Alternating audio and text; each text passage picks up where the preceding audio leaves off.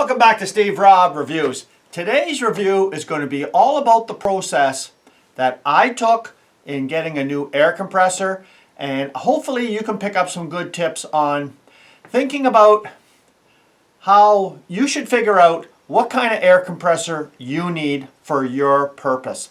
Now, for most people, well, they just see what somebody else buys and that's what they buy. And I'm saying the vast majority of do-it-yourselfers, this is not for the professionals out there, this is strictly for the do-it-yourselfers. Well, how big of a compressor do you need and what kind of compressor? And the first thing I'm going to say is compressors come in, well, cheap, medium priced, and super expensive.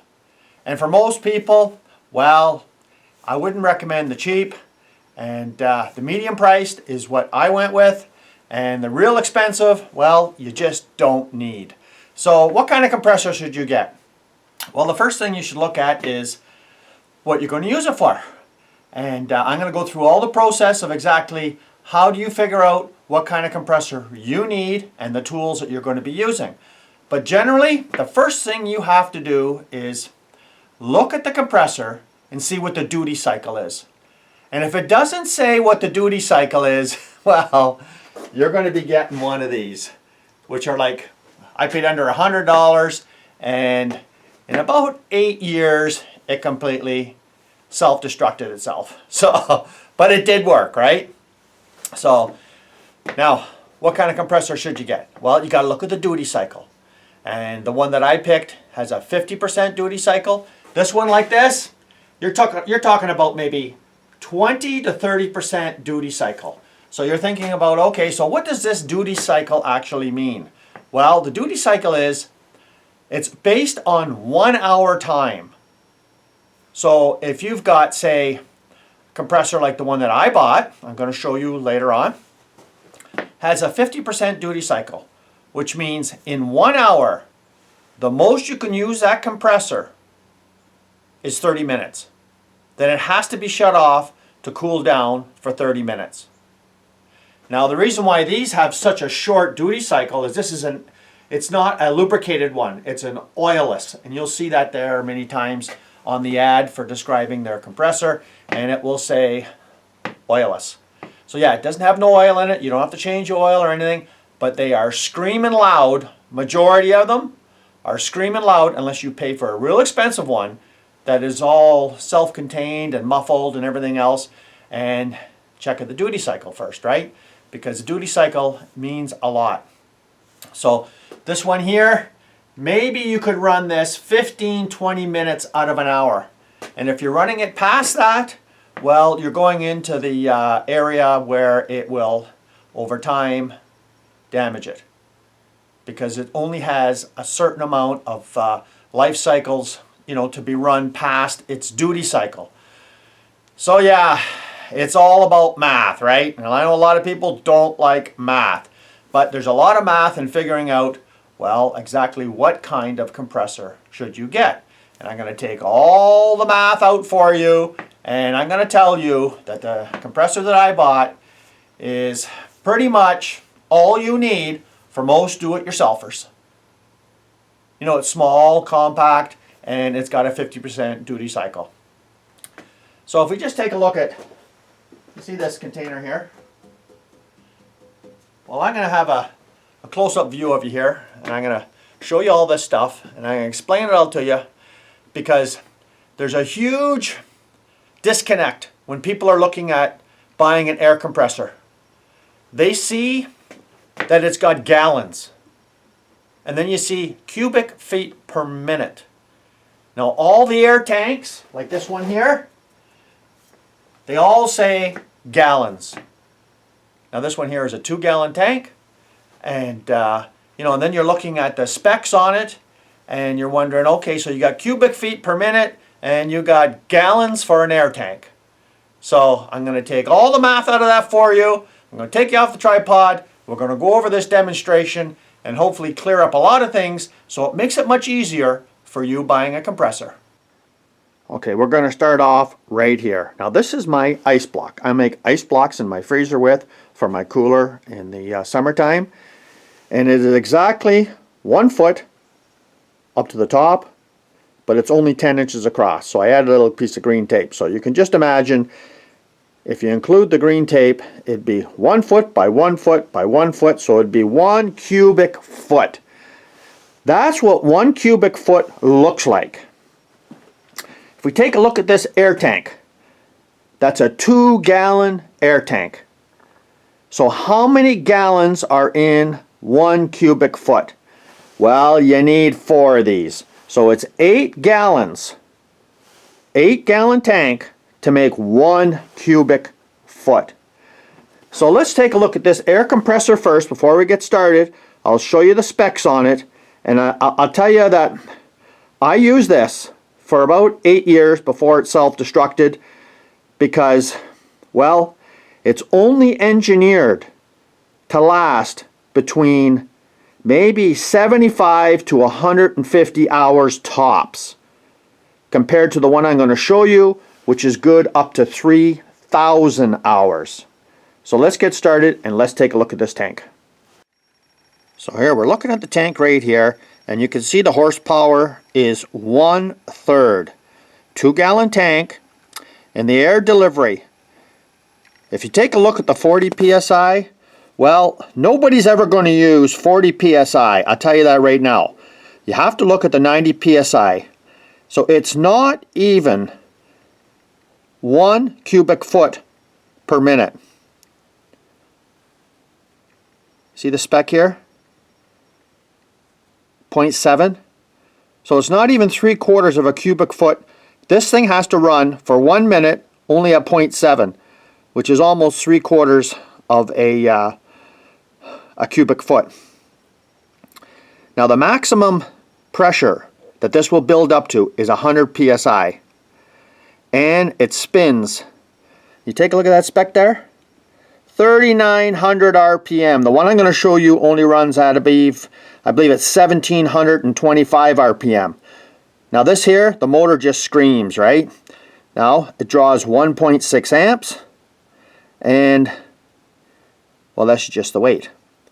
But the most important thing here is it tells you what the maximum PSI would be building up, but it doesn't tell you here when it's going to start producing air again, when it starts to produce air. Because what happens is you fill your tank up to a maximum of 100 PSI, and when does it kick in when you start reducing the air? Well, on this one here, it starts kicking in at about, well, I'll show you the valves here.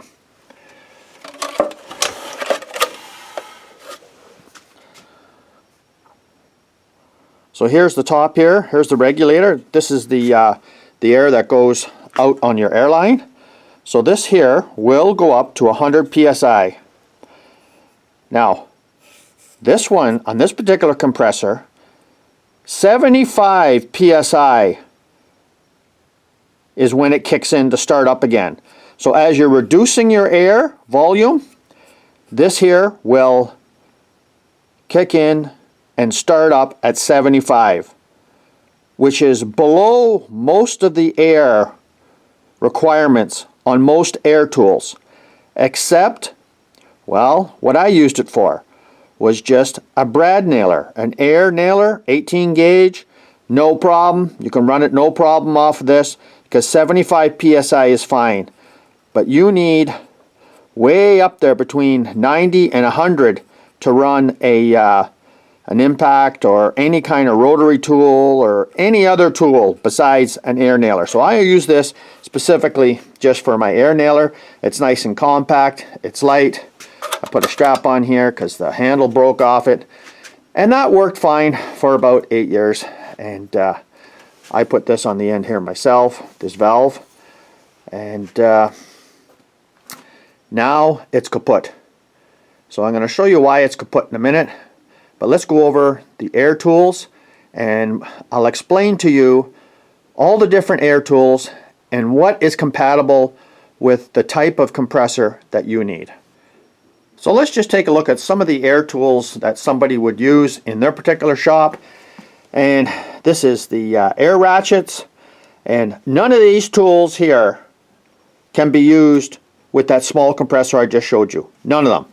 They are all tools that are rotary air. So all these ratchets or the needle scaler, now this uses about the most, or your, this is a rotary tool here, you know, for a die grinder. This is an impact, butterfly impact. This here is your regular impact, 1/2 inch. And this here is just a buffer polisher sander. And this here uses about the most, the air hammer. Yeah, it's pretty close between this one and the needle scaler, which uses the most. Now, all of these will use between 1 and 4 cubic feet per minute. So if you can just envision that ice block maker, you have to produce about 4 of them ice blocks full of air to supply these tools. So now we go over to this one here. Now these tools here are not rotary tools. They fill up with air in the chamber and then they'll execute one particular motion. So on this one here, yeah, you could use this one here for the small little cheapy air compressors.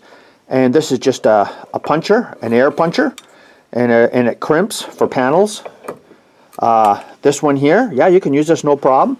Now if you just imagine, take a look at the head of this, and you can see that with 1 cubic foot, well, how many of these you could fit in one of them 1 cubic feet? A lot, right? So, you know, it all depends on how much air your compressor is producing. Now the little one there was about 3/4 of a cubic foot a minute. So you can tell that, man, oh man, this has got like hardly any space here, right? Now we get on to this one. Well, this one here is I got 3-inch nails in there, and I'm going to demonstrate some of these tools, but you couldn't use this with that little one because this uses far too much air volume. Now you could probably use it for 1 nail, then you'd have to wait a while for the tank to fill up, and then what you're doing is you're going beyond your capacity for the specs on duty cycle, and that's where you have to watch your numbers and your math is the duty cycle. If you're operating a tool like this, your air compressor is going to run full out, non-stop. It's never going to fill the tank if you keep on, you know, using the nails. So yeah, that's kind of stuff you can't use it for, right? So you got to get a tool that matches the cubic feet per minute and your duty cycle. And there's not too much math involved, and I'm going to show you the compressor that I believe that most people who are do-it-yourselfers is all you need. But I'm going to show you one compressor first that I have in my shop that does all my requirements for all these tools, no problem. So let's get to that one next. Okay, so here it's just my Makita air compressor. It's got 2 tanks on it, and we'll just take a quick look here. And you see how compact that is? It fits underneath. And the other requirement is you have to have the electrical supply. So if you take a look at some of the small little compressors, well, you know, when they're only drawing 1 amp or 1.2 amps, well, guess what? You know, you're into a compressor that you can pretty well plug in anywhere with an extension cord. This one here, well, it draws about 12.5 amps. And so I got it plugged in right underneath my bench there. And this one here, well, the only difference between this one and the one I'm going to show you is this has got 2 outlets. It's got twin tanks, and it provides a little more CFM. Now this one here, you can take a look here. It says 4.2 gallons, and it's only running at 1720 RPM, and it provides 4.2 CFM at 90 PSI. And I mean, that pretty much does everything for me. So when I'm taking, say, the wheels off my pickup truck, I can take all the wheels off one wheel before this compressor starts up. And by the time I get to the back, it's already filled up again. So it's the recovery rate as well. And that is a huge thing on the recovery rate. So this here will fill the tank back up with 4.2 cubic feet in a minute. And the one thing I like about these compressors, the Makitas, Well, it's got oil in it. They're very quiet. I'll put this on for you and I'll show you. They're very quiet, and they go up to 130 psi, but when the air starts to be removed, they kick in at 100 psi. So you're never below the amount of regulated air that you need to run most power tools. So you can regulate your outlet pressure right here with this knob, and you can set it to whatever you require. And most people don't realize how much line loss there is in air tools over a given distance. So you have to account for that, and I'm going to show you some of the tools that I use to account for it, because a lot of times people will hook up their air tool, they'll put this at 90 psi, that's required for most air tools, and the air tool just falls flat in its face and won't even take off a wheel nut, and I'm going to explain to you why that happens so often. So let's take a look at the new compressor that I bought and all the reasons why I think that this one here is fine for mine in my shop, and it's not that portable to lift up and to take anywhere. So I mean, somebody who was going to use this for a roofing, or if you're a roofer, yeah, you could run nail guns off of this all day long, no problem. But it's not that light. You know, it weighs about 75, 80 pounds. And the new one I bought, the new Makita, is you can pretty well just take one of these air lines off, this nozzle here off, take one tank away, and that's pretty much the same compressor that I bought, that I believe is going to be good for everybody. If you're a do-it-yourselfer and you're not a hardcore user on a lot of air tools, well then this one here is fine for me for everything I need, but I could use the other one that I'm going to show you right now and replace this, no problem. Okay, I know for sure that somebody's going to ask me, Steve, why is this compressor no good to you anymore? Well, I'm not going to throw it in the garbage. I got something planned for the future for this one here. You cannot rebuild these. They're just, you know, throwaways. But I'm going to show you exactly the reason why I had to buy a new one. And let's start off with this right here. Now you find that pretty loud, right? Now look at that. You see any needles moving? Yeah, this thing here, it would take about 5 minutes to fill up. So it's completely burnt out inside. It doesn't provide enough air pressure. Yeah, this here is completely burnt up. It's oilless, and that's the problem with oilless is, yeah, they self-destruct, they overheat if you push them beyond their limits. And this one here, well, it doesn't build up hardly any air pressure. I have to wait 5 minutes for the thing to fill up. So when you're using, say, even, you know, a small air use tool like one of these brad nailers, well, this would kick in to 75 psi, start up again. I'd continue nailing, and the first thing I notice, the compressor is running, but my nails aren't driving in no more. So that's when you know you got to get rid of your compressor. So let's take a look at the new one and let's see a huge difference. Okay, so there's the new air compressor I got. It's another Makita, and this is the tank pressure here. It's only got one exit for your hose, and it's 2 horsepower, and it's going to draw about 12.5 amps, 3.3 cubic feet per minute at 90 psi. This is what you would consider a heavy duty unit, and of course you have to put the oil in yourself when you get it. They provide you with the oil, very easy. Open the cap, put it in, away you go. You run it for 20 minutes with the air valve open to break it in, and you're pretty well done. Now this has a cast iron head, it's got a cast iron sleeve. There's nothing cheesy about this. This is I would say a heavy duty unit. It's not industrial, because industrial would have a 100% duty cycle. This has got a 50% duty cycle. So again, you can run this for a half an hour steady within an hour, and then it's got to cool down for a half an hour. So it's very simple. You just have your off and on switch right there, and You got your regulator here. And I've already tried this once.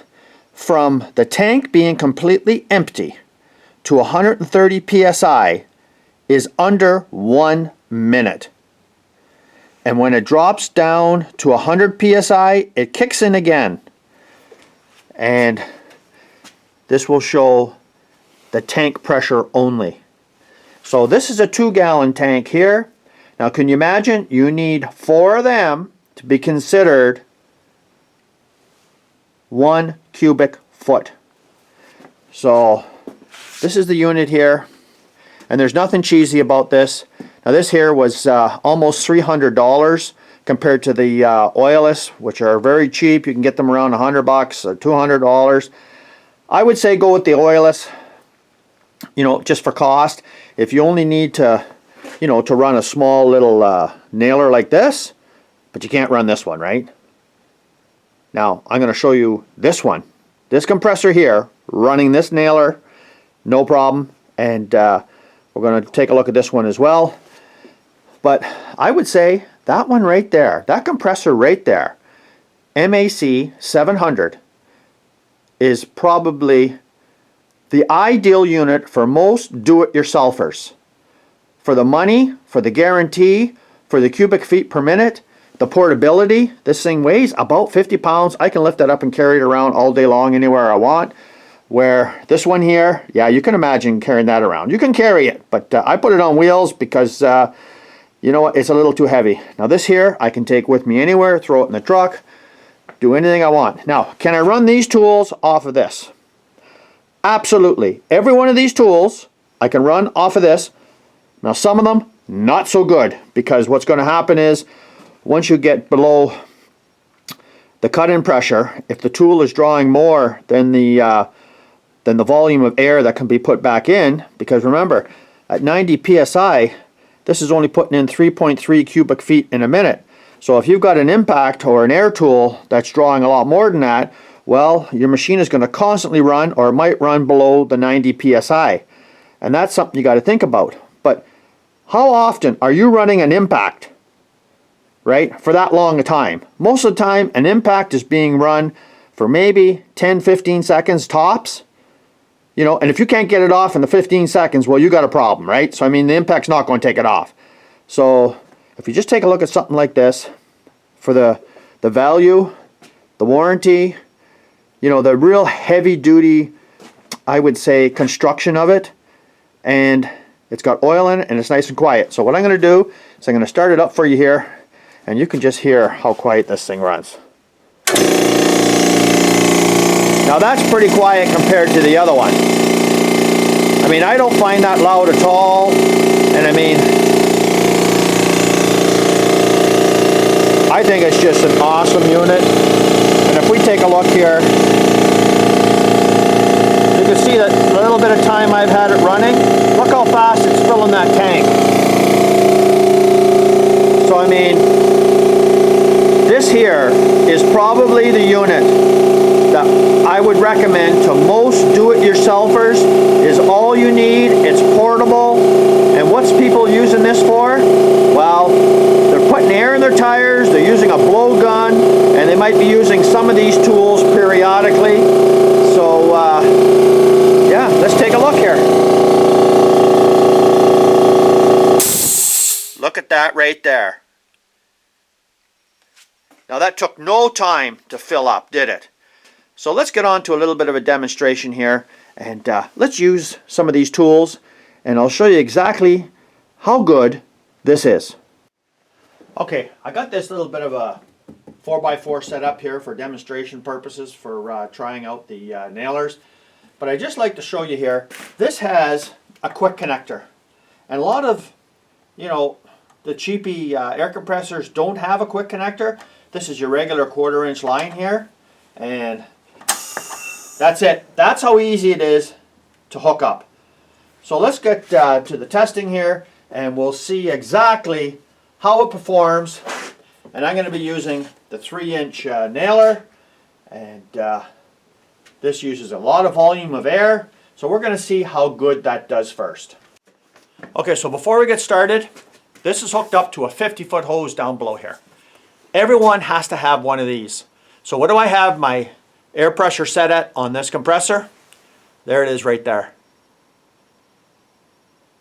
So why is it above? Well, it's just below 100 psi. Why is it higher than the rated pressure? Now the rated pressure for this tool is 90 psi, and you can go up to 120 for this particular tool, and as low as 75. I found you have to adjust the air pressure to match the nails and the volume of air that you're using, whether you're just rapid fire or single fire. Now, the hose makes a huge difference. So on a lot of tools that are non-rotary, like this one here. Whoop. Okay, so this is non-rotary, which means, well, it just fills up the air chamber, boom, you pull the trigger and it has to fill up with air again. Compared to a rotary tool, keeps on using air, right? So I've got it set for this pressure here. Now everyone should have one of these, and it's so easy just to make one of your own. So you can tell exactly how much air you need to set at your compressor for your volume of air coming out. Because volume and pressure are two separate things. So it's showing 100 psi. But I'm not getting the 100 psi once I pull the trigger on a lot of rotary tools. Because what happens is the volume of air is being consumed and the pressure drops, right? So to allow for that, you increase your pressure at your regulator to provide more PSI, which also involves more available volume of air coming out the end of the line. So if you hook your tool up, whatever you're using, at the end, and you watch the needle, you will see that you don't want the needle drop below your regulated pressure of, say, whatever your tool is running at. Say your tool needs to run at, say, 90 psi. Well, if you have like a 1/4 inch line and you've got a high usage of volume of air being used from your air tool, it will just drop like a rock. So I mean, you know, you have to adjust for that. And a lot of people don't. They set their tank pressure at 90 psi to hook their impact gun up to take the wheel nut off, and really nothing happens, right? Because it doesn't have the volume or the pressure. So with this little tool, well, you can do that. And the one thing I like about the Makita is the recovery rate. So I got a 50-foot hose here, right? So what I'm going to do is I'm going to hook it up, and let's start putting in some nails and see what happens.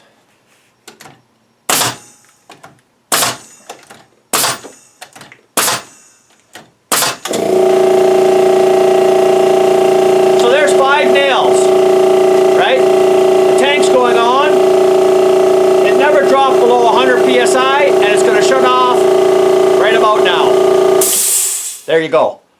Now for me, whenever I'm doing any framing or anything, like at the most, I'm putting in 3 nails, then I got to move over on to the next stud and put another 3 nails. But I mean, I'm not using it continuously like a maniac, right? So let's just see what happens when I keep on nailing and it comes to the 100 psi mark and it starts to drop, whether this will keep up. Because I'm going to show you a close-up view of the tank pressure. And that's what you need to see, is the tank pressure. You'll hear the nails going off, and we'll see if the compressor at just over 3 cubic feet per minute can run this air nailer without depleting the air tank and going below the specified requirements of the tool itself. So let's take a look at that next. Okay, I got you all zoomed in right there on the this is the tank volume air. So when it gets down to the 100 psi, it's going to start up again. And let's see when I keep nailing whether it recovers or it keeps on dropping.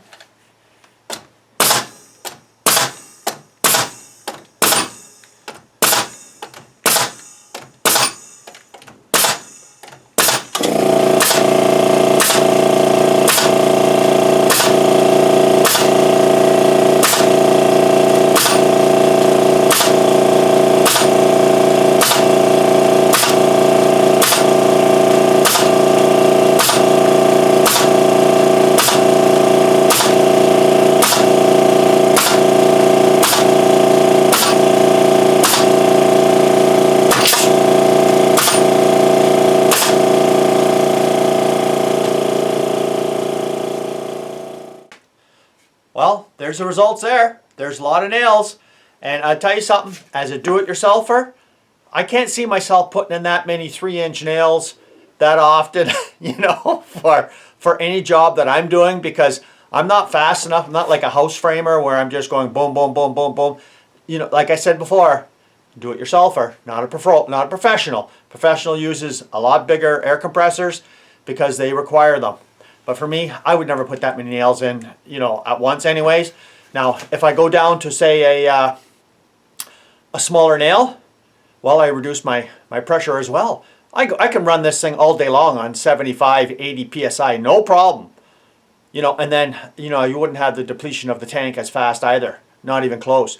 But remember, you can only run this for a half an hour out of an hour. So, I mean, you can get a lot of work done. Most of the time, I'll tell you what's going to happen. I'll put in my 2-3 nails on each stud. By the time I get over to the next one, the tank's full. So remember, half an hour out of an hour, and the tool will last you, you know, a lifetime. It's oil lubricated, and I didn't find it that loud. Did you find it loud at all? I don't find it loud compared to the screaming loud oilless compressors. So what do most people use an air compressor for? Well, it's filling up tires, or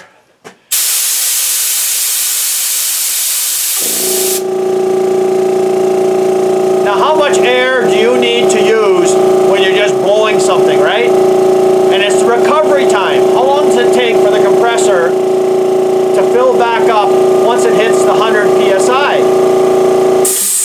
And what was that? Maybe 10, 15 seconds?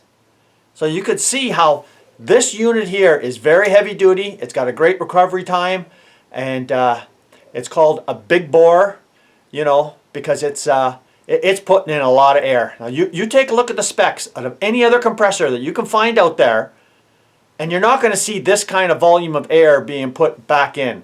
3.3 CFM at 90 PSI. There's not too many compressors out there that'll do it in this price range with this brand and its reputation and the warranty as well. So now, what other tools, you know, should I really demonstrate to show how they would work? Well, a lot of people would like to see what would an impact gun do, right? Like a 1/2-inch impact, because, you know, and that's what I'm going to do. I'm going to put a bolt in the vise here, and we're going to see how that works. Okay, so for this demonstration, I'm going to put the test gauge on, and I've changed the tank pressure to right there. I hope you can see that. That's 90 PSI. So I got the impact gun on right here now, right? Okay, so what I'm going to do to demonstrate this, to show you, okay, I'll try and get this oriented right. Okay, there we go. So hopefully you can see that. And I'm going to pull the trigger. You see how fast that air pressure dropped? Well, you couldn't expect to have that much of an air pressure drop because this was freewheeling. When you have resistance against it, it's going to be different. But I'm going to take it over to the bench, and I'm going to show you at 90 PSI how this would operate on a 50-foot hose.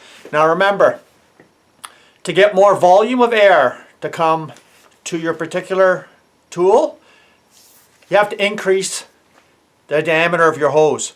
So this is a 3/8 hose. Yeah, a lot of people, for commercial use, 1/2-inch hose. If you want to use like a brad nailer or something, you can just go like a 1/4-inch hose. So, you know, 3/8 for me does for everything that I need. I just have to increase the tank pressure or the outlet pressure. And for this impact, when I got it on a 100-foot length, I have it about, like I say, around 120 PSI. But at the end, oh, I'm not getting no 120 PSI. You'll see it on the gauge. When I pull the trigger, you see how much that dropped? You got to have a consistent 90 PSI for this tool. Consistent. So let's take a look and see how that actually works. Okay, so I've got a bolt in the vise. I'll show you the setup after, but I'm just going to pull the trigger. Okay. So the tank's filled right back up, and we're at our, I hope you can see that. That's exactly 90 PSI. So now I got the gun set on as much power as it'll put out, and this gun here is like well over 800 foot-pounds of torque. So I'm going to tighten this bolt up and you're going to see what happens.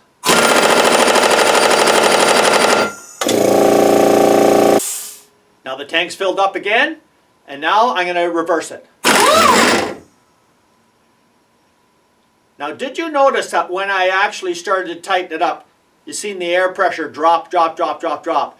Now this time, let's put it up to about 120 psi. Okay, so now we've got it at 120 psi. I hope you can see that there. Now we'll go to tighten it up again.